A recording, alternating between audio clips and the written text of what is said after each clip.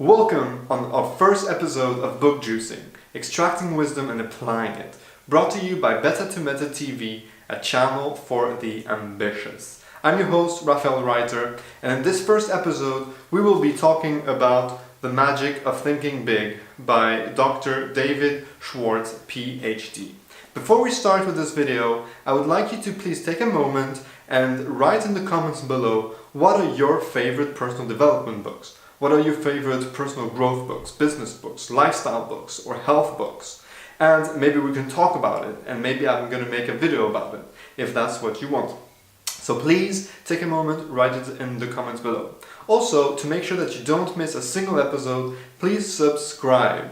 This is the very start, and you want to be one of the first to join our community that I'm trying to build right now. I'm also making a Facebook group so that we can share our exercises. More on that later. So let's dig right in to the first quote. David Schwartz says, "Think big and you will live big. You'll live big in happiness. You'll live big in accomplishment, big in income, big in friends, big in respect. Start now, right now, to discover how to make your thinking make magic for you. Start out with this thought of the great philosopher Disraeli: life is too short to be little." So let's just do our first exercise right now. Take a pen and a paper, or write it down in the comments below or on a Facebook group so that we can share it.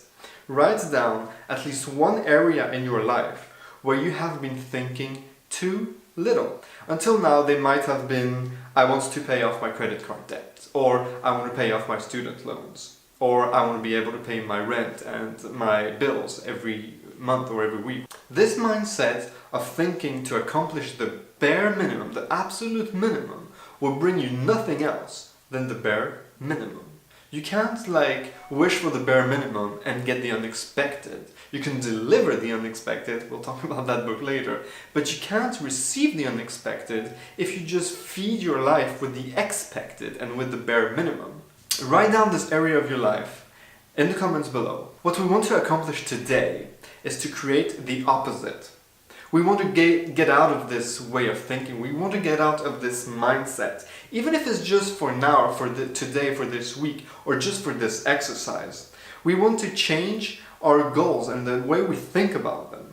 Replace the I want to pay off my credit card debt, or I want to pay off my student loans, with something big, something really big, something outrageously big. Even if it's just for now. Don't worry, nobody's going to judge you for having high goals and being ambitious. If you're watching this channel right now, you are by definition ambitious. So change this I need the bare minimum to something big. It can be like, I want to be able to go on holidays whenever I want. I want to go to that tropical island every single weekend.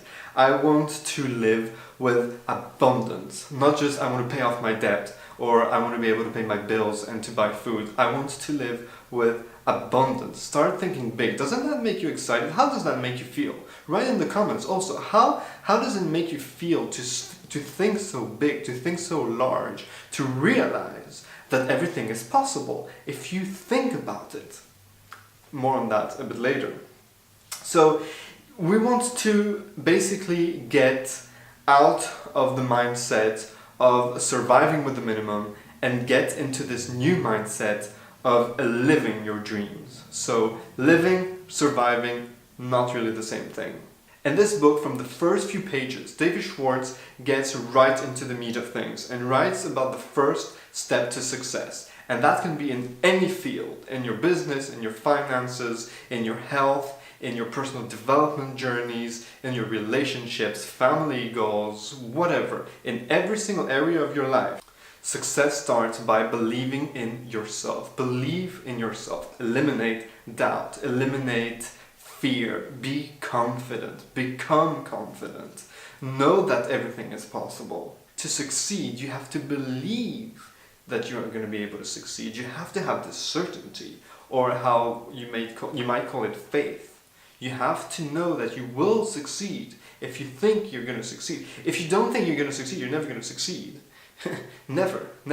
If you don't think that you can lift that weight, you're never even going to try, are you? So you're never going to succeed. Think that you're going to succeed and you will succeed. Let's pause right now again and dig into the second exercises. Write it in your notebook, or even better, write it in our Facebook group or in the comments below.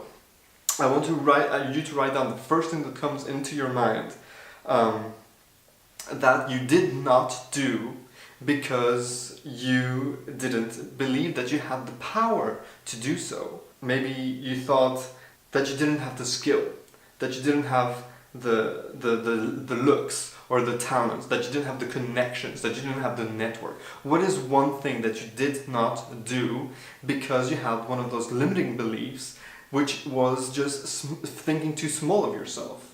Maybe you wanted to be a painter, but you never picked up a brush and you've never bought any paint because you didn't think you were talented enough. Or maybe you really wanted to write a book, but you thought you were illegitimate because you didn't believe that you were any kind of expert in any field whatsoever. Maybe you wanted to become an actor, but you believed that you didn't have good enough looks or a good enough connection. Maybe you wanted to become a musician, but you thought you were deaf, or whatever it might be. Write it down in the comments. What did you want to be once? What is the one thing that you really regret that you didn't go through because you were thinking yourself short? Write in the comments below. Now I want you to write next. How does that make you feel? How does that make you feel to know that you didn't live up to your dreams because you were thinking yourself too small, that you were not confident enough? It can be literally anything. It can even be something more personal, like there was a girl or a boy that you really liked, but you thought that he or she was out of your league, so you never even said hello. Thinking yourself small again. So what I want you to do is to write it down in the comments or in the Facebook group, and then read it out loud. Read it out loud maybe once, maybe twice, maybe 3 times, and notice how it makes you feel. And then repeat these phrases. I didn't follow through on my dream because I was scared to fail. I didn't succeed because I had doubt. I didn't reach my goals because I was not confident enough. So repeat yourself this phrase in the mirror, and it will hurt, it will sting. I have failed in the past because I was thinking small. I have failed in the past because I was thinking small. I have failed in the past because I have been thinking small. How does that make you feel? If you're like me, it should make you feel horrible. It should make you feel absolutely terrible. And that's good. That's the point of this exercise. I want you to feel horrible about it.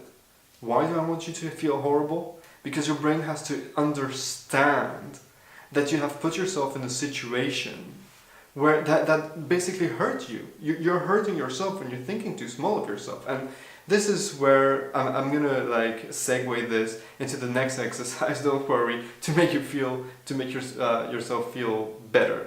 Are you feeling bad? I hope you're feeling bad.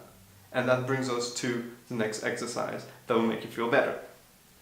So repeat this phrase now in front of the mirror. Promise yourself that you will never ever sell yourself short again.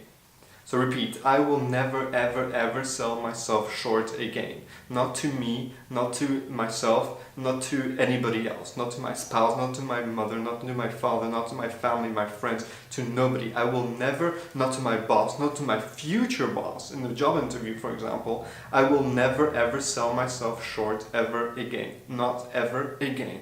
I will never sell myself short ever again. Write it down. Write it down in the comments. I want everybody to write it down. Write it down on a piece of paper. Stick it on your phone. Put it on your keys. Stick it in the mirror in the bathroom. Stick it in your car. Stick it on the fridge. Tattoo it on your arm. I don't know. I wouldn't do it, but maybe you want to do it.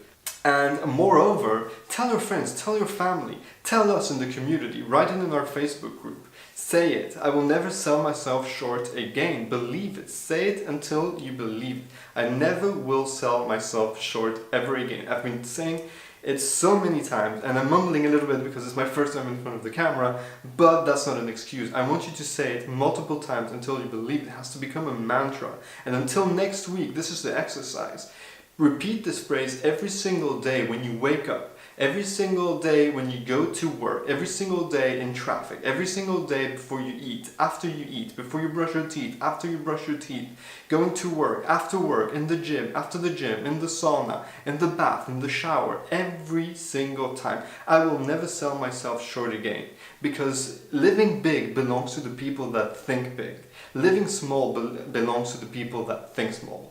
Bruce Lee says it, I have it in front of my desk every single day. As you think, so you shall become. Second page of the book, I'm going to read the passage. All of us, more than we recognize, are products of the thinking around us. And much of this thinking is little, not big. I'm going to repeat it one more time. All of us, more than we recognize, are products of the thinking around us. And much of this thinking is little, not big. Write down in the comments below right now. This is the last exercise. Write down in the comments below.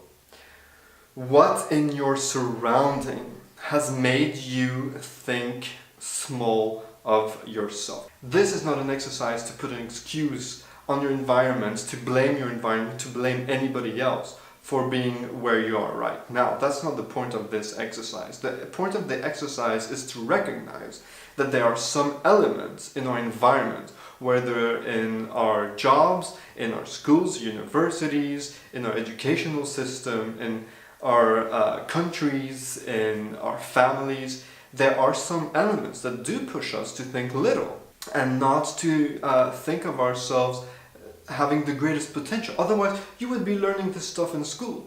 You would be learning this stuff in school. You don't learn this in school. That is one element that you can think about.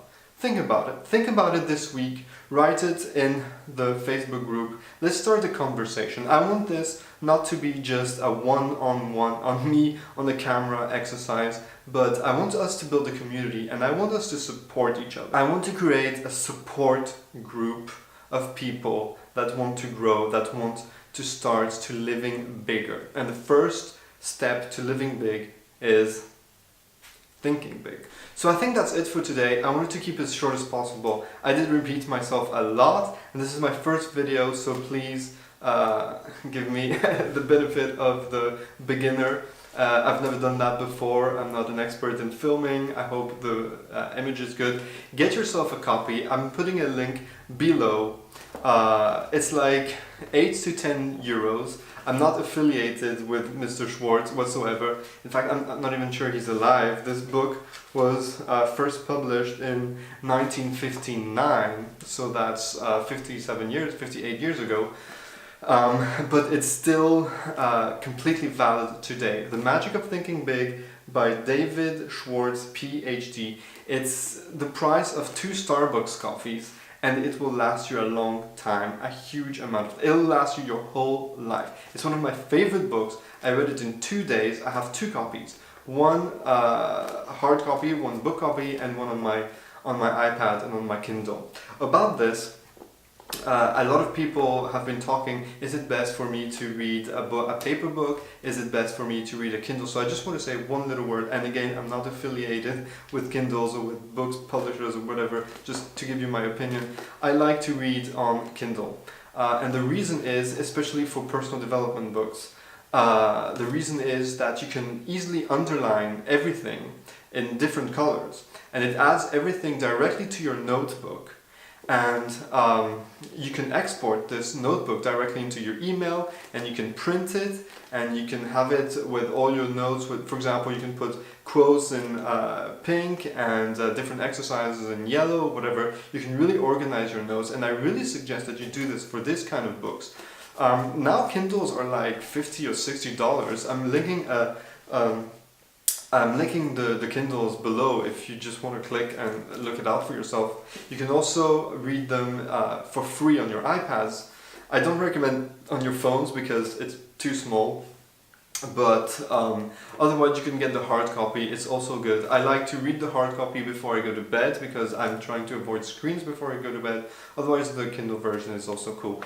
Please subscribe to this channel. This was the first episode. It was maybe a little bit longer than I expected.